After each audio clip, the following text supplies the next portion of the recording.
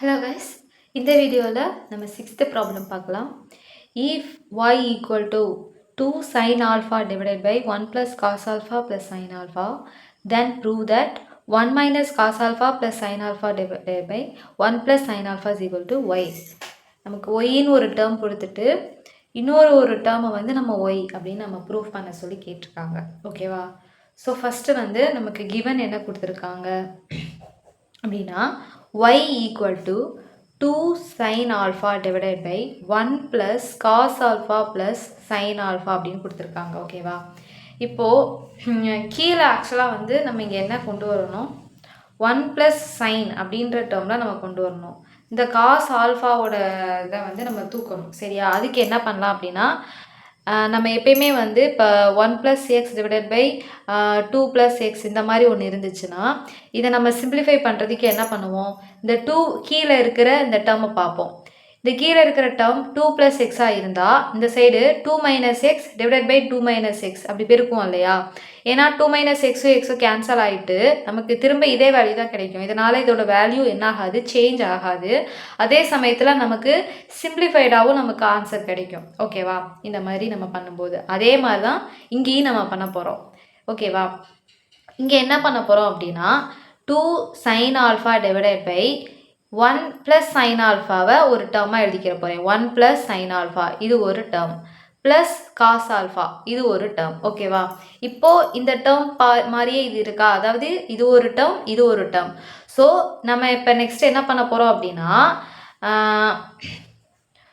இதை நம்ம எழுதிக்கிறோம் அப்படியே.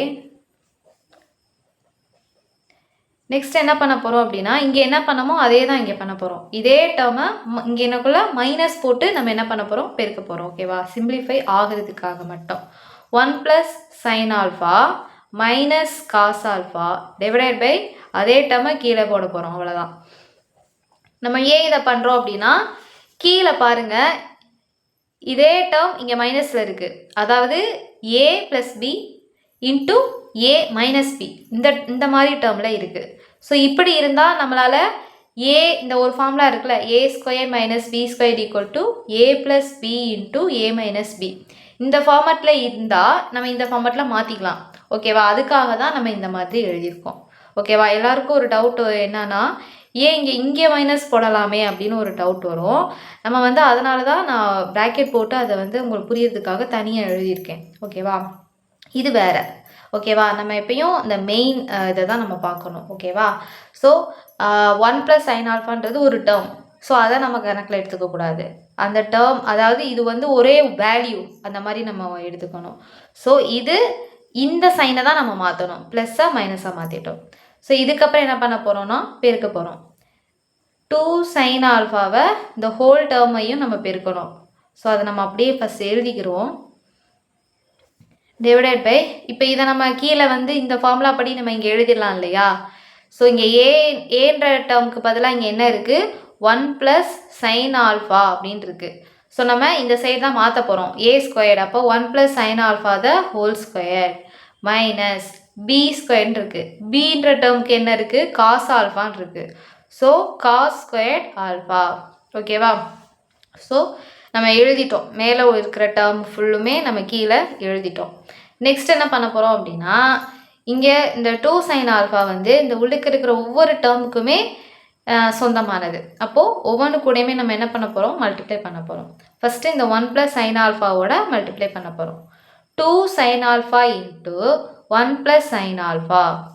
நெக்ஸ்ட்டு இந்த மைனஸ் சைன் இருக்கா, வெளியே எந்த சைனும் இல்லை அப்படின்னா ப்ளஸ் இருக்கிறதா அர்த்தம். Plus into minus minus 2 sin alpha cos alpha. இதையும் மல்டிப்ளை பண்ணால் நமக்கு இந்த ஆன்சர் வரும். ஸோ ஃபஸ்ட்டு தொகுதியில் உள்ளதை நம்ம எழுதிட்டோம். டிவைடட் பை கீழே என்ன பண்ண முடியும் அப்படின்னு பார்ப்போம். கீழே என்ன பண்ணலாம், இந்த cos² alpha அப்படியே இருக்கட்டும். இது பாருங்கள் 1 + sin alpha the whole squared, அதாவது எந்த ஃபார்மேட்டில் இருக்குது, a + b the whole squared ஃபார்மேட்டில் இருக்கா. ஏவுக்கு பதிலாக 1ம் பிக்கு பதிலாக sin alphaவும் இருக்குது. ஸோ இதை நம்ம விரித்து எழுதினோன்னா என்ன வரும், a² + b² + 2ab இந்த மாதிரி தானே வரும். ஸோ இந்த ஃபார்முலாவை நம்ம அப்படியே என்ன பண்ண போகிறோம், சப்ஸ்டியூட் பண்ண போகிறோம்.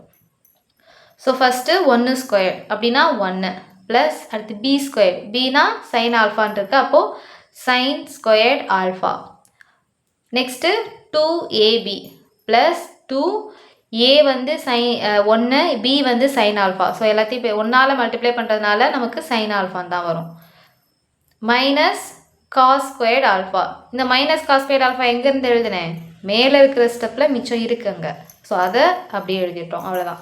ஸோ ப்ரீவியஸ் ஸ்டெப்பில் உள்ளதெல்லாம் கீழே நம்ம கரெக்டாக எழுதிட்டோம். நெக்ஸ்ட் என்ன பண்ண போகிறோம்?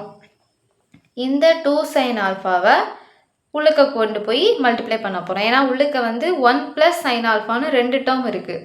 ஸோ ஒன்று கூட ஃபஸ்ட்டு மல்டிப்ளை பண்ணிவிட்டு அதுக்கப்புறமா சைன் ஆல்ஃபா கூட மல்டிப்ளை பண்ண போகிறோம். ஃபஸ்ட்டு 1ஓட மல்டிப்ளை பண்ணோம்னா 2 சைன் ஆல்ஃபானே கிடைக்கும்.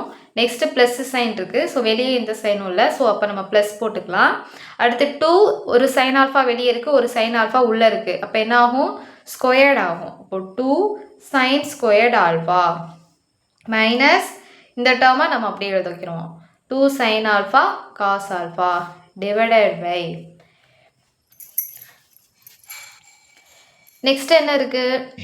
1 ப்ளஸ் சைன் ஸ்கொயர்ட் ஆல்ஃபாவை நம்ம அப்படியே எழுதிக்கிறோம்.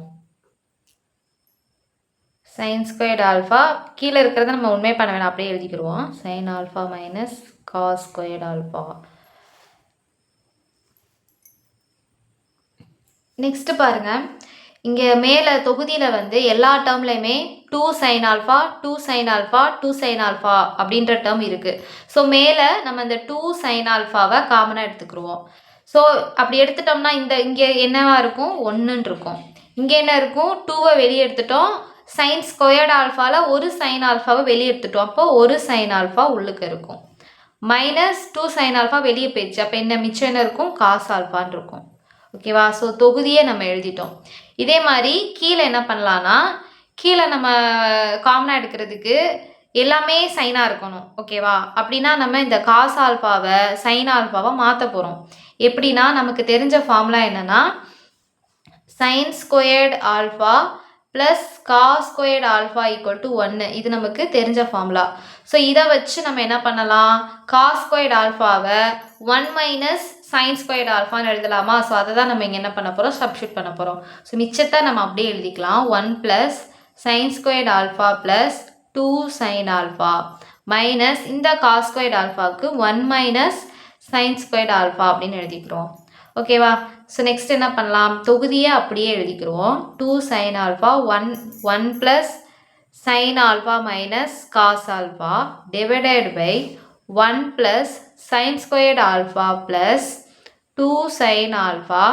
இந்த மைனஸை நம்ம உள்ளுக்க கொண்டு போய் மல்டிப்ளை பண்ணணும். ஸோ ப்ராக்கெட்டுக்கு வெளியே இருக்கிறதுனால ஒவ்வொன்றுக்கும் சொந்தம் தானே. ஸோ மைனஸால் 1 பெருக்கணும்னா -1 minus into minus plus sine squared alpha அப்படின்னு வரும். ஸோ நெக்ஸ்ட்டு பாருங்கள், நம்பர்ஸை பாருங்கள். 1 இருக்குது, இங்கே வந்து -1 இருக்குது. ஸோ இது ரெண்டும் என்னவாயிரும்? 0 ஆயிரும். நெக்ஸ்ட்டு இங்கே ஒரு சைன் ஸ்கொயர்ட் ஆல்ஃபா இருக்குது, இங்கே ஒரு சைன் ஸ்கொயர்ட் ஆல்ஃபா இருக்குது. ஸோ ரெண்டுமே ஒரே டேர்மாக இருக்குது. அப்போ நமக்கு இதை ரெண்டையும் என்ன பண்ணலாம்? கூட்டலாம். கூட்டினா நமக்கு 2 சைன் ஸ்கொயர்ட் ஆல்ஃபான்னு கிடைக்கும். அதாவது மேலே நம்ம அப்படியே எழுதிக்கலாம், divided by 2 sin squared alpha plus 2 sin alpha அப்படி நமக்கு கிடைக்கும். ஓகேவா? இப்போ கீழே இதே மாதிரி 2 sin alpha 2 sin alphaன்னு கீழே இருக்கிற டேர்மில் ரெண்டுக்குமே பொதுவாக இருக்குது. அப்போ அதுலேயுமே நம்ம 2 sin alphaவை காமனாக எடுக்கலாம். ஸோ மேலே இருக்கிற டேர்மை அப்படியே எழுதிக்கிடுவோம். 1 plus sin alpha minus cos alpha divided by 2 sin ஆல்ஃபாவை காமனாக எடுத்துட்டோம்னா என்ன ஆகும்? 2வை வெளியே எடுத்துட்டோம். சைன் ஸ்கொயர்ட் ஆல்ஃபாவில் ஒரு சைன் ஆல்ஃபாவை வெளியே எடுத்துட்டோம். அப்போ உள்ளுக்க ஒரு சைன் ஆல்ஃபா இருக்கும். ப்ளஸ் இங்கே என்ன இருக்குது? 2 sin ஆல்ஃபா. இதவே நம்ம வெளியே எடுத்ததுக்கப்புறம் உள்ளுக்கு என்ன இருக்கும்? 1 தான் இருக்கும். ஸோ 2 கேன்சல் பண்ணிக்கலாம். சைன் ஆல்ஃபா இதையுமே நம்ம கேன்சல் பண்ணிக்கலாம்.